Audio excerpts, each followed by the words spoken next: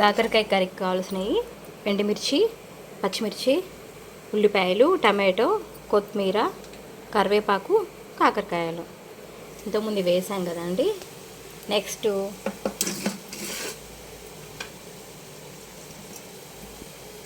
ఉల్లిపాయలు, పచ్చిమిర్చి, ఎండుమిర్చి వేయాలి. ఇవి బాగా గోల్డెన్ కలర్ రావాలండి. నెక్స్ట్ కరివేపాకు అండి, కొంచెం లైట్గా వేగాయి. గోల్డెన్ కలర్ వచ్చాయి కదండి.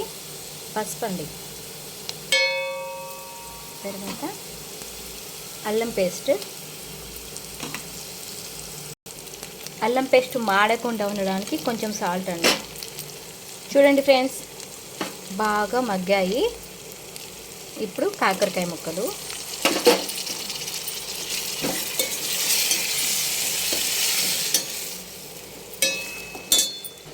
ఇంతకుముందు మాడకుండా ఉండడానికి వేసాను, ఇప్పుడు ముక్కకు పడడానికి వేస్తున్నాను సాల్ట్. నేనైతే సాల్ట్ కొంచెం తక్కువ తింటానండి, మీ టేస్ట్కి తగ్గట్టు మీరు వేసుకోవచ్చు.